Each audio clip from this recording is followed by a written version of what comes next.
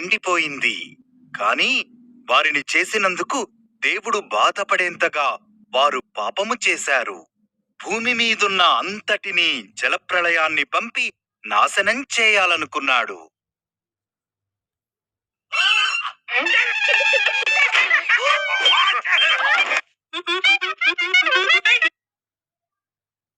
నోవహు అనే వ్యక్తి మాత్రం ఇతరుల వంటి వాడు కాదు. నోవహు దేవుని ప్రేమించి ఆయనకు లోబడ్డాడు. దేవుడు జలప్రళయము నుండి నోవహును అతని కుటుంబాన్ని తప్పించాలనుకున్నాడు.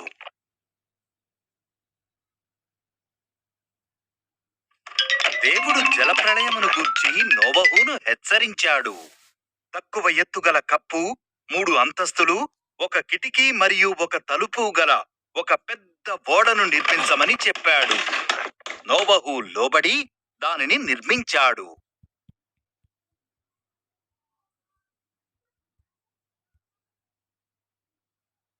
రెండేసి చొప్పున ప్రతి విధమైన జంతువులను సమకూర్చమని దేవుడు నోవహుతో చెప్పాడు. ఒకటి మగది, మరొకటి ఆడుది. తరువాత నోవహు, అతని కుటుంబం మరియు జంతువులు ఆ ఓడలోనికి వెళ్లారు.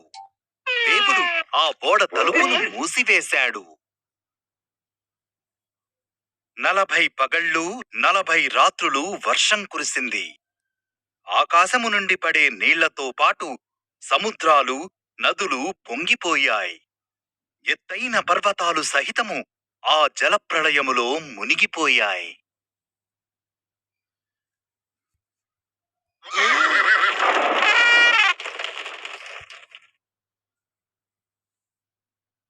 నోవహు మరియు అతని కుటుంబము సురక్షితముగా నీటిపై ఓడలో తేలుతూ ఉన్నారు.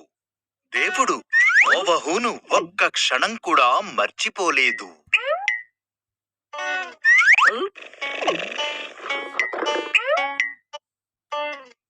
దేవుడు వీచే గాలిని పంపాడు. నీరు ఇంకిపోయింది. అరారాతు పర్వతముపై ఓడ నిలిచింది. నోవహు ఒక పావురాన్ని బయటికి పంపాడు. అది తిరిగి రానప్పుడు బయట సురక్షితంగా ఉందని అతడు గ్రహించాడు.